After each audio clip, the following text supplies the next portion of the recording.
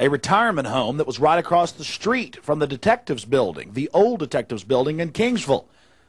Old folks' homes, residential areas, all part of training the American people and police to accept visitations by black helicopters bearing armed men in black ski masks with automatic weapons. Again, Americans are being designated as the new threat. Not the Chicom's, not the Russians, not the socialists that are running this nation. They've taken over, my friends. Unfortunately, the strange military activities are not localized only in Texas. They're happening all across the nation and with increased frequency. Literally hundreds of so-called training missions terrorizing the public. You heard the police chief of Alice, Texas, tell us that, well, there were some foreign troops, but I can't talk about it. Well, the sheriff, Larry Amerson, sure talked about it from Anniston, Alabama. He wasn't told that 800 Rangers with a contingent of Russian troops were going to be visiting the Anniston Municipal Airport. They didn't even warn the public when they turned the power off, not by accident, but on purpose. Again, if this doesn't make it clear this is out-of-control psychological warfare upon the American people, psyops testing, I don't know what will make it clear to you, America. This is a crisis of pandemic proportions. Imagine sitting down to have dinner, and suddenly the power goes off at 9 o'clock at night. A few minutes later, you hear automatic weapons fire. You walk outside, black helicopters, structures on fire. That's what happened at the Anniston Municipal Airport back in March of 1999. And again, the sheriff was not even notified, Larry Amerson. But our good friends, the Russians, oh, it was okay to tell them all about it. And they were even allowed to join in on the fun, the terrorizing of the American public. Thank you, Bill Clinton. Lest you think it's just special operations from the Army and the Navy that have been engaging in this treacherous activity. Think twice. The Army National Guard is engaging in the same type activities, minus the live fire and burning structures. But when it came to the practice takeover of a private civilian airport, all the same.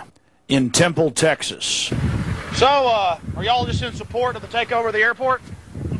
Yes. That's what they just told us over there. So, yeah. So yes, y'all are just supporting the officers in the takeover of the airport. Yes. And we were told it could be for here in the U.S. or overseas.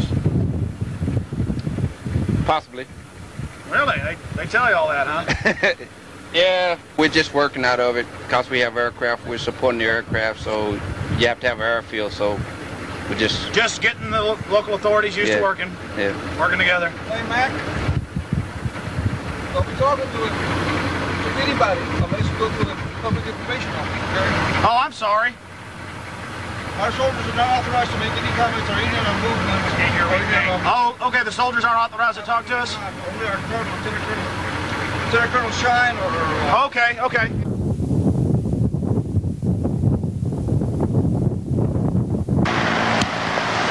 Were y'all out here when the Czech troops were here?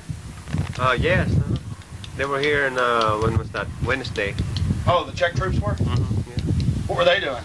They're just, I think they're just stopping by. I don't know. They were just stopping by? Mm-hmm. Y'all are just Army Reserves, aren't you? Yeah, we are Army National Guard. We're here for 2 weeks 18, Temple, Texas. So basically, this isn't a Delta Force operation. No, it's not. Not a Delta Force. No. You know, they visited Texas back in February. Yes. There were some buildings that got burned. The police chief threw them out. In San Antonio, Ali Philippus, he's former Army intelligence. He got just like the military. Yeah. They fired in an all-night restaurant too. Kind of a big stink. Yeah, I think the best way if you find out about the Czech is when operation people down here. Operation people? Yeah, in the front. You know. So basically, y'all are just on maneuvers. I live in Austin, and I literally saw maybe in the same helicopters, but over a 3-day period last week, I saw hundreds of helicopters. I even saw a Russian Hind. Are y'all practicing in those or something? No, we're not. I heard we missed the Czech troops. The Czech troops? Yeah, we heard there were some Czechoslovakian troops here. Oh, yeah, there were some Czechoslovak officers here. Oh, really? What were they doing? Just checking out how the U.S. operates?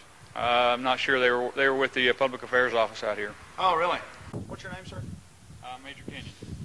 Major Canyon, what is the exercise y'all are conducting here at the Temple, Texas Municipal Airport? Okay, we're here acting like we're being deployed and occupying an airport, and then staging out of here and operating our missions out of this airport.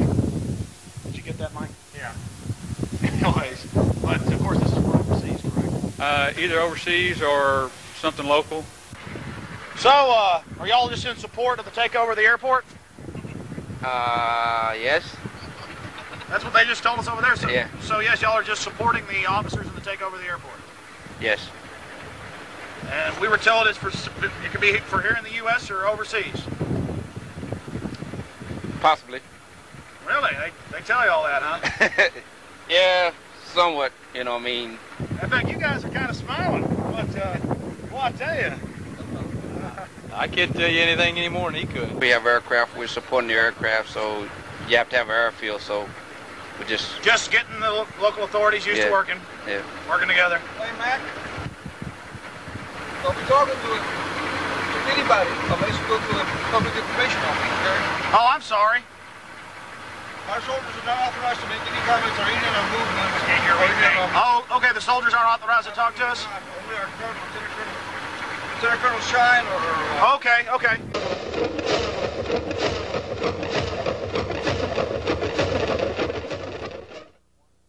Upon entering the once civilian terminal at the Temple Municipal Airport, we were told to leave. Though politely, it still points to something ominous. We're just here for the 2-week period. Oh, just for a 2-week period?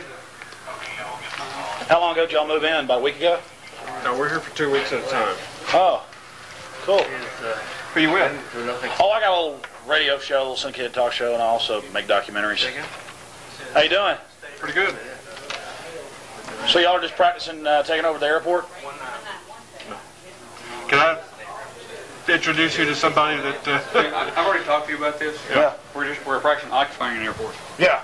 That's different from taking over. Okay. And we're going to have a meeting in here, so we please ask you to leave. Okay. Leave the municipal airport? Sure we will. No, leave the terminal building. Leave the terminal building. Okay, thanks a lot. Okay. Appreciate it. Thanks for the help.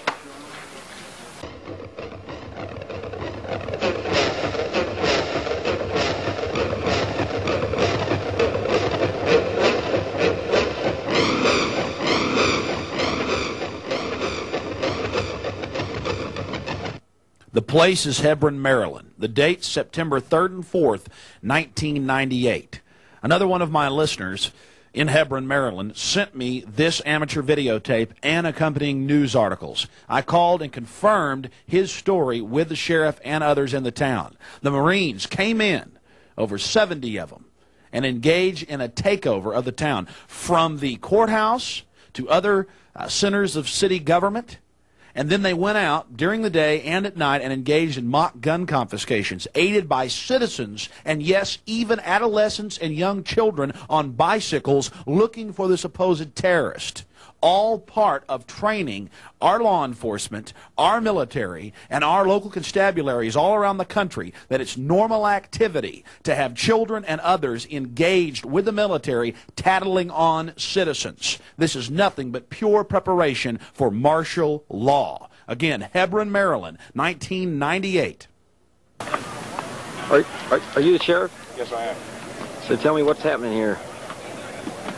Oh, my. I'm going to have to repeat this again, Bill. Well, some of it, a little bit. It won't take too long because I got some food over there waiting for me. Oh, have you? Yeah. You just got a military exercise training that's being conducted in a civilian population in full support with the community, with the sheriff's office. Oh yeah, you fully support it? Absolutely. And what is the purpose of it? It's to give these young Marine second lieutenants an opportunity for some real-world training with non-combatants who have never been exposed to something like this, so therefore they're not choreographed in any way. They haven't been exposed to this kind of training before? No. Well, aren't they going to be going door to door to a few houses? They are going door to door to some houses, but they're going door to door to houses where the people in those houses have already volunteered to be a part of the training exercise. And what are they going to do when they get to the house? That I'm not sure. They talk that over with the people that have volunteered, but they're going to be going no houses or no place in town where there's not a volunteer spirit. But they're going to do gun confiscation, right? Oh no, not Weapons? in my town. Weapons? No gun confiscation, no... Well, they're going to confiscate artificial weapons. Well, if that's part of the training scenario, but they're not taking any civilian weapons. Well, but they're taking what is supposed to be, right? Mock weapons as if it were the citizens' weapons? Now that I'm not sure of, but if they are, it's a part of their training scenario and their items that they have brought as part of their training equipment. Right, but they're training in order so they could confiscate weapons. I think that's the case, yes. Yeah.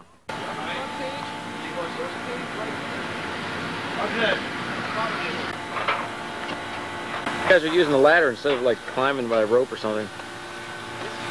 Ladder's quicker, easier to get gear up to the roof. Would you have to carry it through the field if you were like really... Well, the idea is that since we're in a town, we were able to get one in the surrounding area. If you had to get up on the roof, you have another method.